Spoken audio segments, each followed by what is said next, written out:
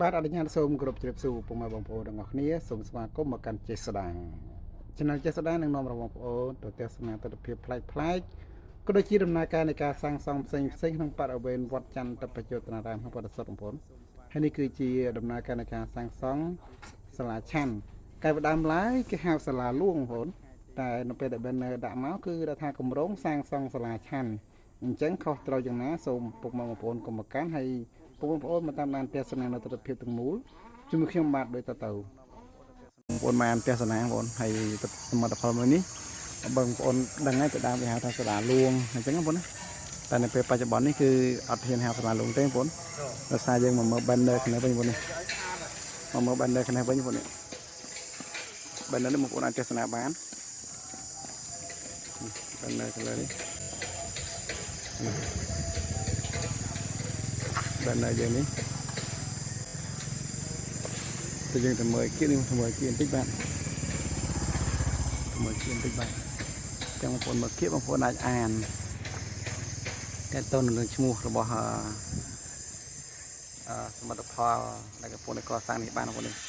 គម្រោងការកសាងសាលាឆាន់បងប្អូនណា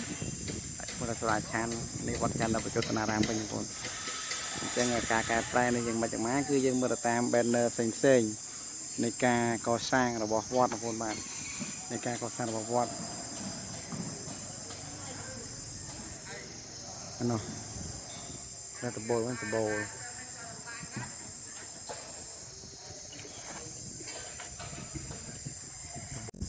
តបូលហើយយើងត្រឡប់ទៅវិញទៅបងតែបន្តិចជាងមកទស្សនភាពផ្សេងនៃការកសាង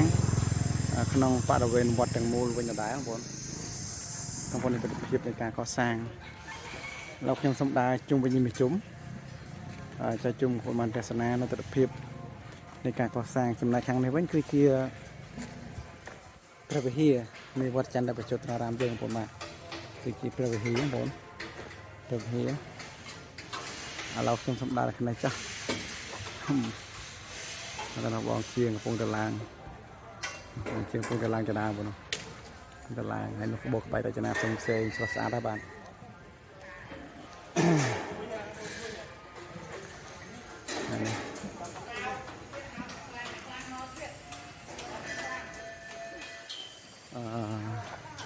ដំណើរការនៃការសាងសង់ហើយចាប់ផ្ដើមសាងសង់ញាប់ដៃញាប់ជើងឡើងវិញហ្នឹងបងនេះដៃញាប់ជើងឡើងវិញហើយ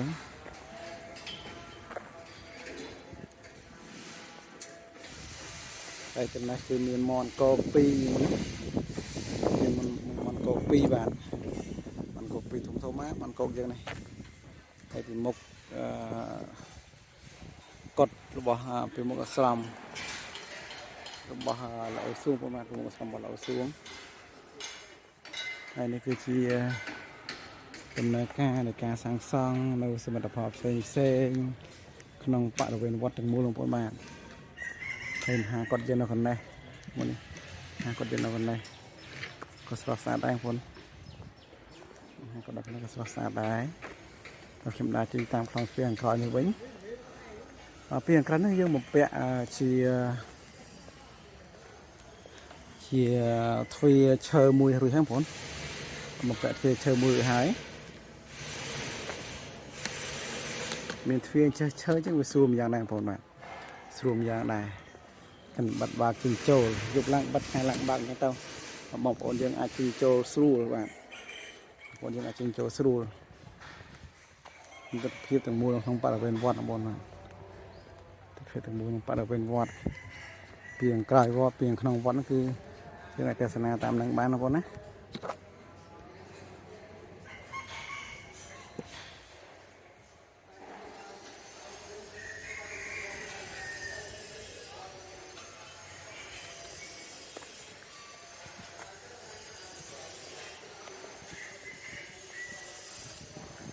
នេះ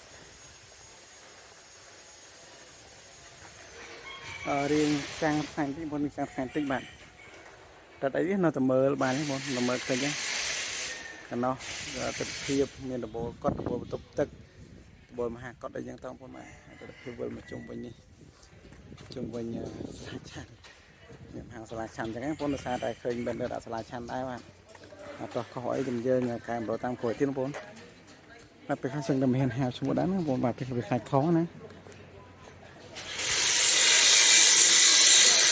ในการนี้ชาวดำตายพวกนี้ดำตายถ้าจะตายในเหมือนตายหกหลักนะผมตายในตายอยู่บัดเธอกระดาษบัดเธอสัตว์บัดรูปไอ้เท่าซึ่งว่าตายบองปลอมเนี่ยก็จะกำมันนะน้องผมให้เพียงกำมันดังได้บ้างแต่ตายหกหลักตายหกหลักหรือตายที่บ้านanh ta được cột pram chẳng không anh ta được cột pram chẳng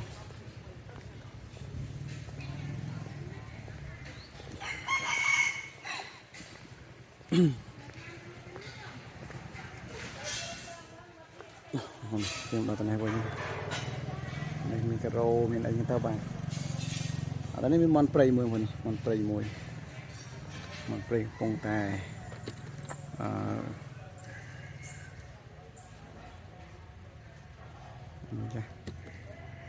มันไปสามแต่มันไปดิมันไปกันตุ้ยมวยมันไปแบบมันโทรมาให้มันไปละมุม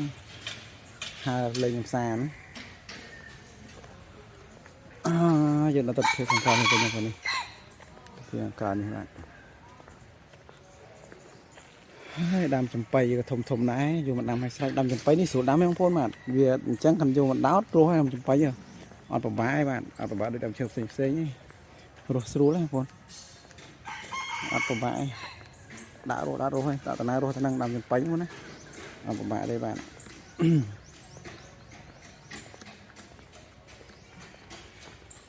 mình bạn đấy đã rồi thèm đòn mà xui mà em bạn thấy chưa bị bọc nè bị bọc nè mình đã làm phải không một người vậy nhá con không một bên nhái xem mặt bật được một cái xem bật làm đi rồi mặc này phải mua đi một con tép làm chua này với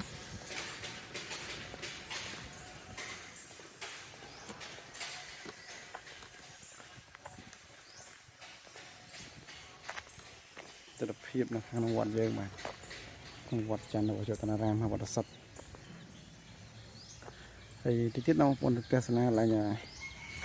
นี่คนหลายประเทศที่วันนี้หลายอย่างรูปเพียบกำลังในการสั่งสองประเทศประมาณรูปเพียบกำลังในการสั่งสองประเทศขณะสอดสารมันเต็มจังเยี่ยมมาแต่สนามออกนี้บ้านนี่วันนี้วับสุ่มมาปนคดีมาดังนั้นคือ กำรูในการสั่งสองพระพิธีในวัดจันทร์ประจตนารามแจ้งปนบาท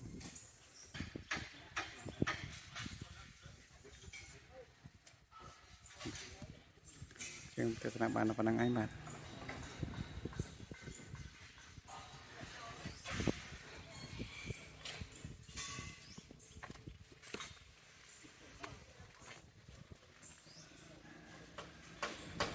ต้องปนเยอะไงมันก็สามารถกดเซ็งมาต่อเทียบนังปลาเวนวัดทางมูลบนนี่จุดนี้คือแต่ตรงตำแหน่งกับสู้ไอ้นี่คือhai con hai một plei các bạn mà sát mà em các bạn mà em mà chém hết con đi có xa đây có sang xây lâu thua lâu cóสู้đang so sát đó các bạn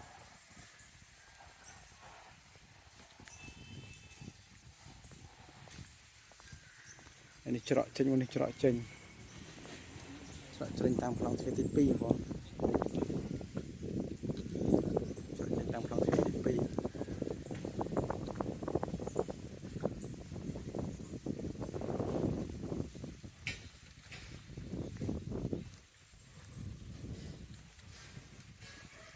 từ đào xuống rất đục này này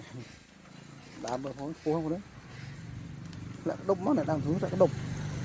phù thế là mình tiếpไปประมาณđấy bạn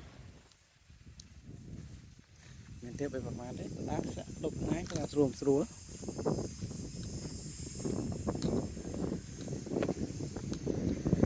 เราต้องวิ่งเนี่ยไม่ใช่สารโต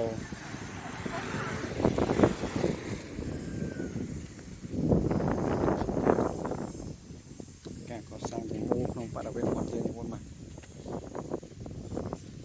សុំអង្គុយទៅស្មោះទៅចាំមុនហើយហត់ដែរសុំអង្គុយបន្តិចបាទនេះដល់បណ្ណាសងទ្វារទី2ហើយថ្ងៃរាប់តាមលបងបងប្អូនបាទដល់ពុកម៉ែបងប្អូនវីដេអូនេះមានប៉ុណ្ណេះចាស់ហើយក៏សូមអរគុណច្រើនសម្រាប់ការតាមដានទស្សនាតាំងតែផ្ដើមដល់ចប់បងប្អូនបាទសូមអរគុណសូមជម្រាបលាជួបគ្នានៅវីដេអូក្រោយ